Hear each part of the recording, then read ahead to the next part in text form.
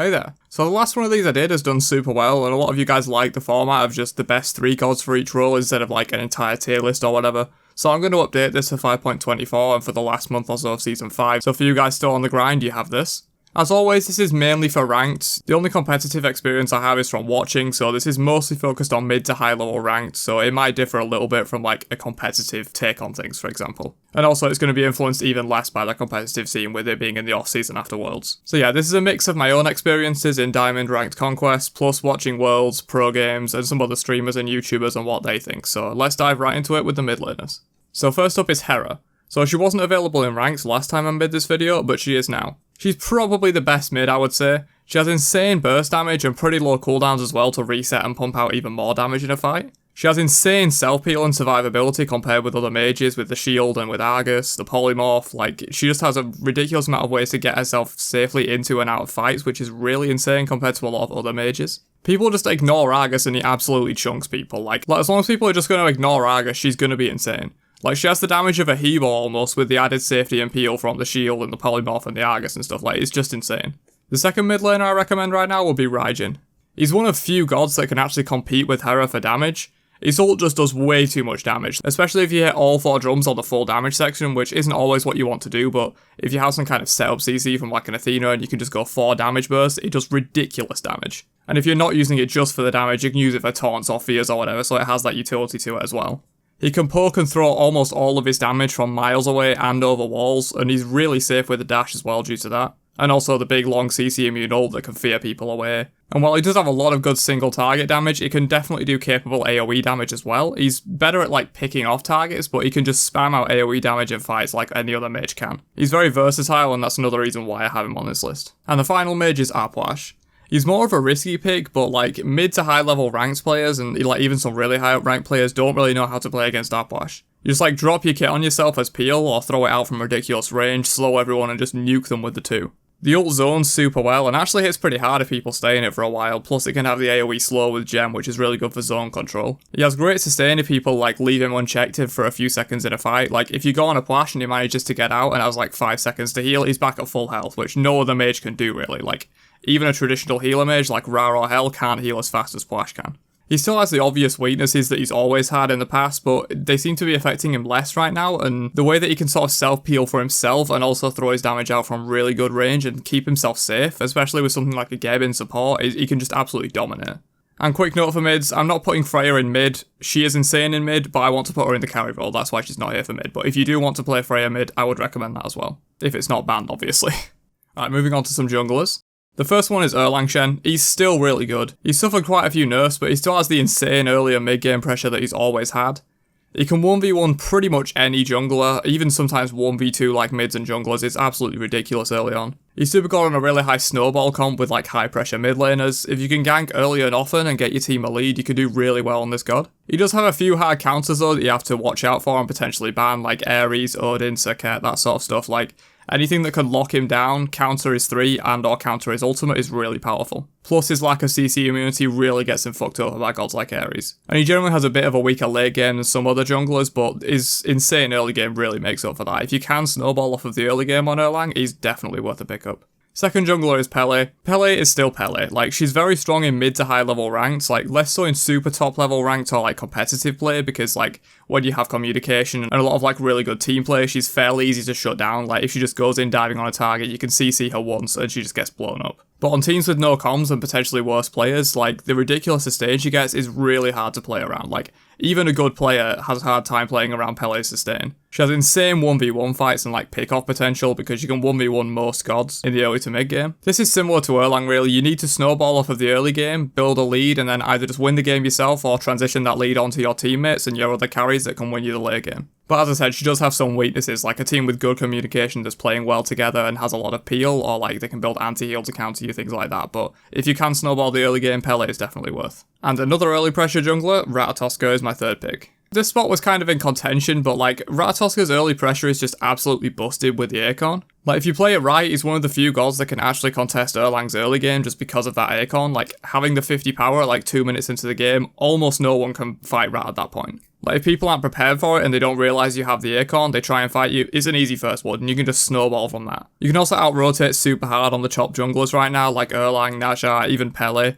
Like, other semi-global ultimates like Thor and Mercury really aren't in the meta anymore, and they just can't really compete with Rattle. So you can get in some good ganks early with the ultimate and the Acorn and really snowball. Plus, in the late game, Rat can also transition into that slightly more tanky role where he's more focused on his CC and like zoning and diving backlines, which some other assassins don't really do so well with, but Rat can really actually do a lot of work late game as well. Alright, moving on to supports. The first one is Fenrir. Yeah, I'm sorry, I don't like it either, but Fen support is a thing and it's good. The early pressure he brings is just insane. Like, it's near impossible to lose duo lane with him. You can just make invades, make early mid rotations if you want to, or just dominate the duo lane and snowball like fuck.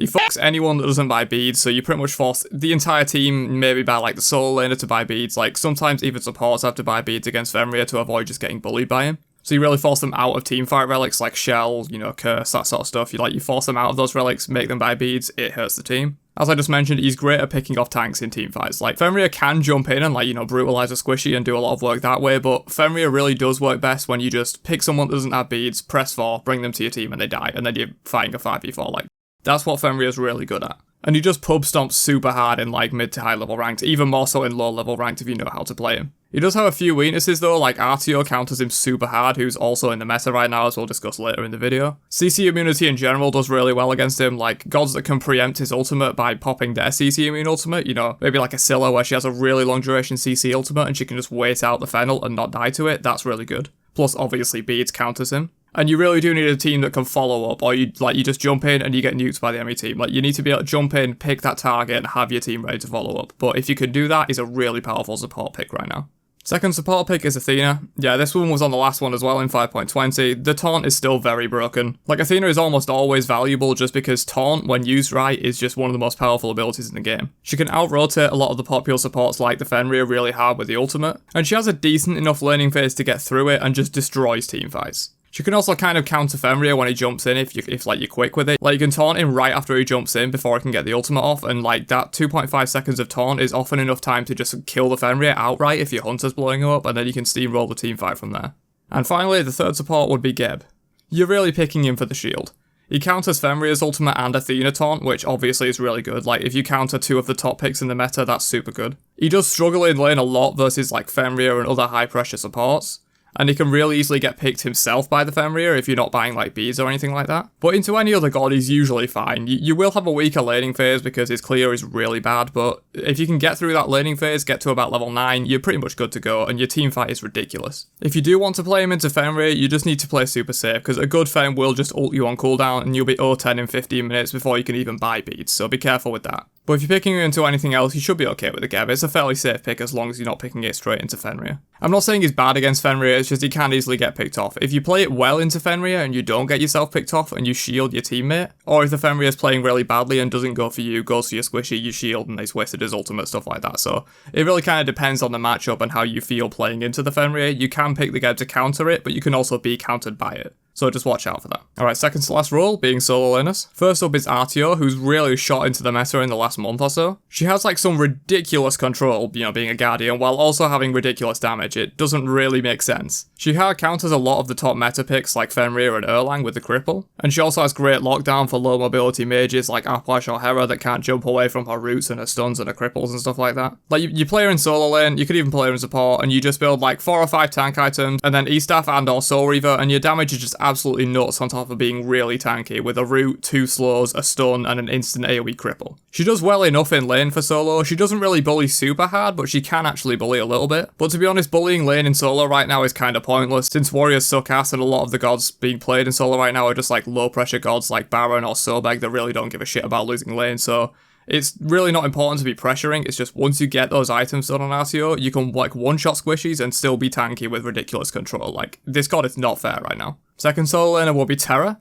So she's not in support because I think she is a better solo, but if you want to play a support, you can also do that. As with Artio, you can build E-Staff and Soul Reaver, and your damage is almost mage level while being tanky. She's a very similar situation to Artio, really. She still brings that ridiculous control and peel that she brings from the support role, but Soul Lane allows you to be more greedy with your build and go into like Breastplate, Voidstone, Soul Reaver, E-Staff, those sort of things to have the extra damage and CDR. This can also make up for your lack of magic damage if you run something like a Fenrir support as well. Same thing applies to Artio there. And the final Soul Laner, thank god it's not a Guardian, it's Vamana. This is more of a wildcard pick. Personally, I think Vamana is super broken right now, but there's no real data to back that up.